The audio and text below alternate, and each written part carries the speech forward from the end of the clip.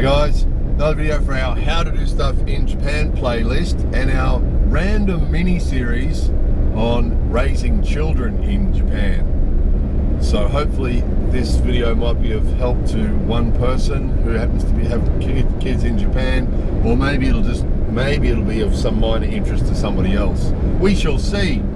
So what triggered this video was on Sunday we had a family barbecue with the extended family, and one of our extended family members is a teenager and is really struggling with going to high school. So as a result of that, we've been getting some sort of inside information on how that's treated, because some of you might have seen a video we made recently talking about bullying in Japan, and obviously that as part of Japanese society. If you haven't seen that video already, check that out. As part of the way Japanese society works, it's very common, which means it's also very common in schools. So that, and the fact that, I mean, obviously going to school can be difficult for teenagers anywhere in the world, can't it? For all sorts of social reasons and all sorts of reasons. But I think Japan has a couple of extra little bits of pressure in the form of some bullying, but also just the social pressure. You know, in some countries, being a little bit different can be considered to be cool, you know, and there's lots of sort of different types of people and different types of characters as sort of the norm, you know. Whereas in Japan, the society tends to pressure people to be all the same and behave the same, be part of the group. And those of you who are not Japanese, who live in Japan, or even those of you who are Japanese, I know Japanese people sometimes feel that pressure too, that pressure to conform and be the same as everybody else and do what everybody else is doing, and not be different, not think differently and not act differently, you know. And that anyone who's experienced that pressure before would understand what it's like. So imagine being, you know, a sort of fairly young, inexperienced teenager who doesn't have a lot of experience of life, doesn't have a lot of confidence, and, you know, just wants to be accepted by the group.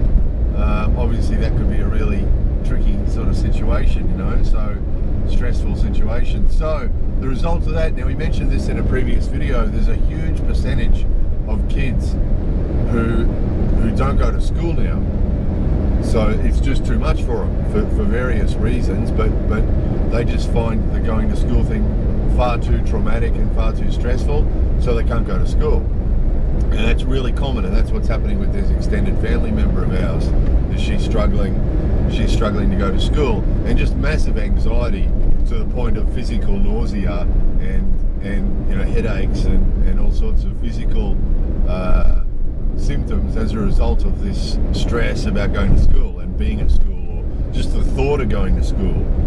Every morning is a struggle and every morning is difficult, and then when she does get to school, quite often soon she has to come home because she can't deal with it. She's feeling nauseous and she's got a headache, and quite horrible, you know. And apparently it's really common. This is what we've been hearing, and I can't remember the statistics. I mentioned the percentages in the previous video. It's a really high percentage of kids high school kids that are in the same situation, that just can't bear going to school. And so as a result, absenteeism is really, really high in high schools, right? So you're not going to be able to fix that social stuff there, or change that social stuff there, or some people would probably argue that you shouldn't change the social stuff, that Japan's way of everybody conforming is a good thing, right? For whatever reason. But whether you think it should change or not, it's not going to, right? It's not going to change. That's just the way Japan is, and it's not likely to change for the next 100 years, you know, if ever. And that's just the way it is, you know, whether you agree with that or not, or accept that or you don't, doesn't matter. With a lot of this stuff, quite often when I make videos about sort of difficult topics like this, some people arc up and Japan shouldn't do that, they should do this, and they need to change, and they need to do this, and they need to do that. That's an understandable response, but it's not going to make anything different, is it? You know, should never works when it comes to life, does it? What it should be like, you know, it's not going to change. However, what is interesting, and this is what we learned on Sunday, that the schools often have now a classroom for the kids that are struggling, and perhaps another thing that adds to this too, the class sizes in Japan average between about 35 and 40 kids, right? In some countries now, class sizes are like 25. In good countries now, class sizes are smaller than that, but in Japan, it's really common to have classes that are 35, 40 kids, which is a lot of kids, right? And so for kids that are struggling in that environment, often now the schools will have another classroom that's sort of quieter, that has a teacher assigned to it, so they can go to this quieter classroom and sit and do their work without the noise and stress and distraction of the big class. So that's a good thing, isn't it? That's a positive thing. It also seems that the teachers, most of them, are more aware of these sort of problems and are trying to do things to fix it to a certain extent. I mean, the problem is you're still going to have some teachers with bad attitudes, right?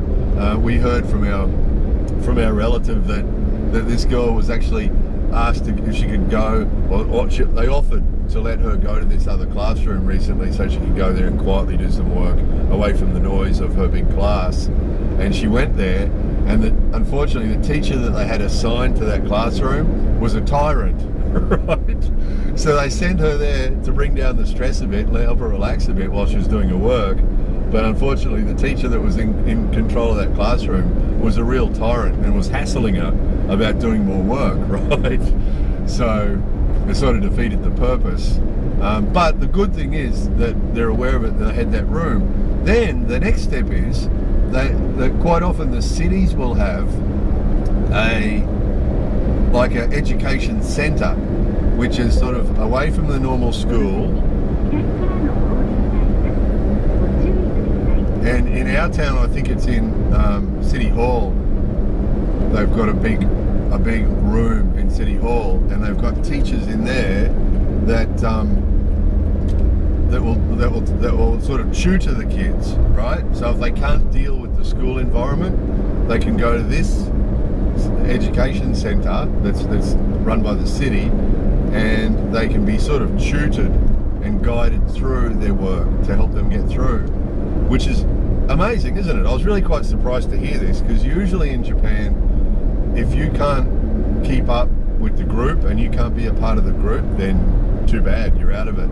That's usually the way Japanese society works, that you've got to be a part of the group, you've got to do what everybody else does, and if you don't, then you're sort of shunned, I do know through my friend who's got a juku, they have a sort of a private school there that operates during the day, and high school kids that couldn't make it at normal high schools for different reasons go there, and at the end of the course there they do get their high school certificate, and they're kids with sort of major issues. There's kids there with sort of on the autism scale, and there's kids there, just fairly radical kids, some of them behaviour problems that couldn't behave at school, and so there's that's a private option though, and the parents have to pay for that.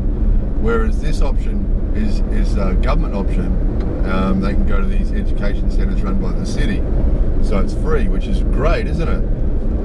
The other one is that they're also letting the kids do their lessons online from home. So they're just, setting up cameras in the classroom, and they're giving the kids, because most of the kids now have like iPads or little laptops that belong to the school anyway, and so they take them home, and they can sit there and watch the lesson and do the class and do what they have to do at home, and then if they got a question they can ask the teacher online. So really quite surprised to hear that.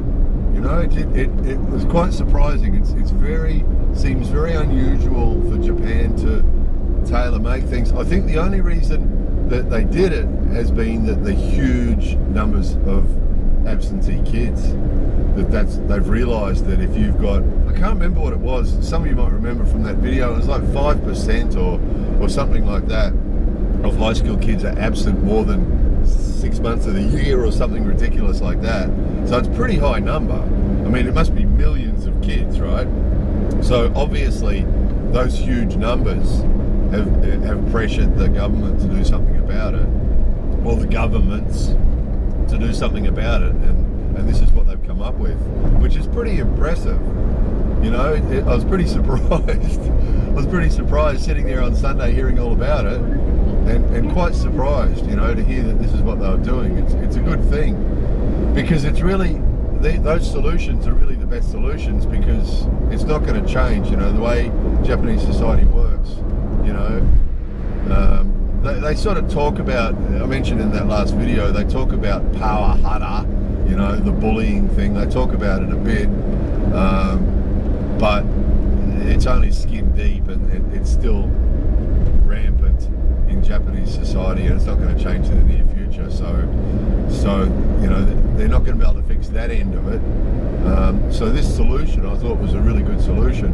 And also, you know, in every country, in every group of people, there are always kids who struggle in the normal school environment, don't they?